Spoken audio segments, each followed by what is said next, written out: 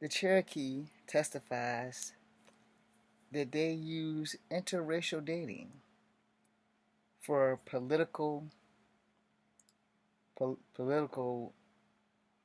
propositions in neighboring tribes and with Europeans.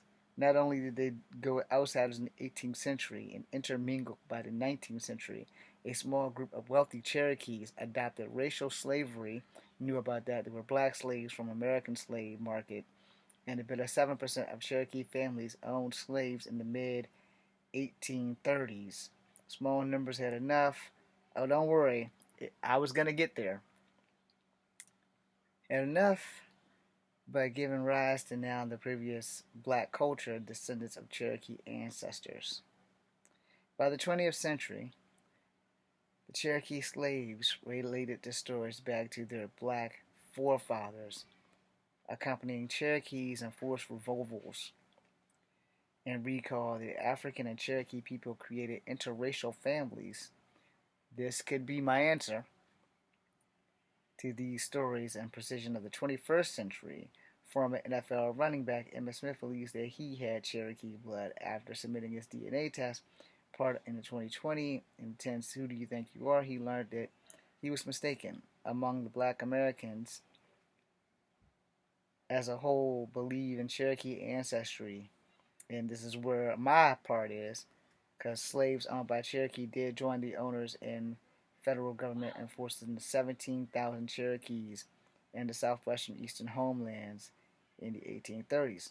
Cherokee people and their slaves endured forcing journeys into the west by riverboats and overlands, etc., on the Trail of Tears.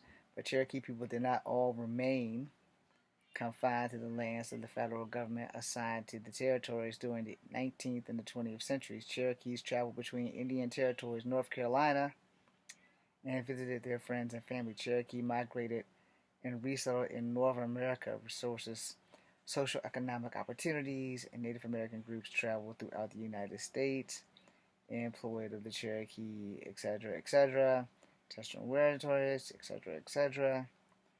So a lot of this shit is stuff that I need to know, and I still need to investigate. So Cherokee dysmorphia expanding across the countries of federal governments beginning to adopt systems of blood quantum to determine Native American identities. Native Americans were required to prove their Cherokee or Navajo or Sioux blood in order to be recognized, which is why I'm trying to do this, by the way.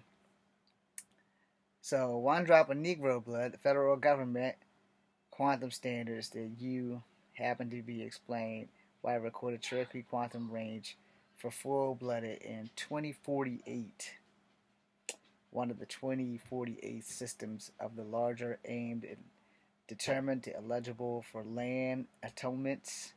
This discussion determined a Native American self-governed at the end of the 19th century.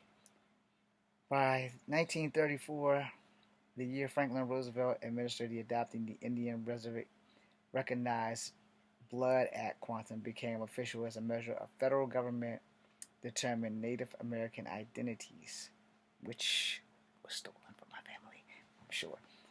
In ensuing decades, Cherokees and other Native American groups sought to define blood on their own terms. By the mid 20th century, Cherokee and other American Indian activists began joining together accurately to their decisions of American Indian identities to confront those 10,000 Americans who laid claim to be descendants of Native Americans. Alright, so I'm going to stop right there because this is how I got into this mess. Alright, you know, I know what I was told, I know what I believe, and now I'm hunting for the truth. I just want to know if we're actually Cherokee, if we're Iroquois, if we're even Native American at all, and like I said, with my heritage, my ancestry thing still hasn't covered my Native American side. It has covered my white side, it has covered my black side, but it hasn't covered my Native American side. That's the percentage that's missing, and I think that this thing might be wrong because I'm trying to figure out how I have more white DNA than black DNA. Not that my mom is fucking white unless she was switched at birth.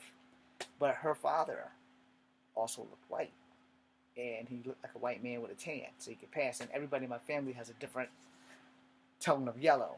So, and that's just on my mom's side. Now, on my dad's side, from what I was told, specifically from my dad before he died, his dad was black, his mom and her mom were Native American.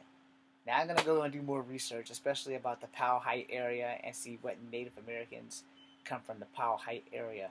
And then I will get back with you guys. So I'm not trying to make this a saga. I just wanted to drop that information, even though the horror would also explain my skin color.